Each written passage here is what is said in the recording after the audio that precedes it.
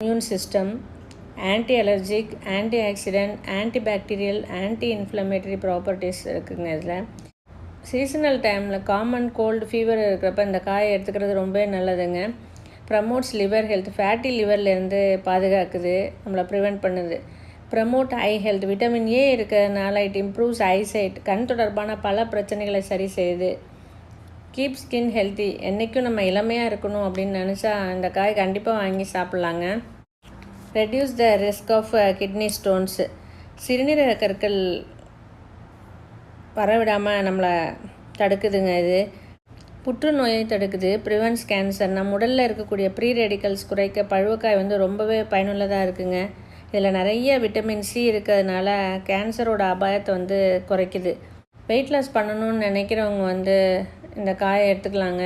ஏன்னா இதில் low calorie தான் இருக்குது, லோ கேலரி வெஜிடபிள் தான் இது.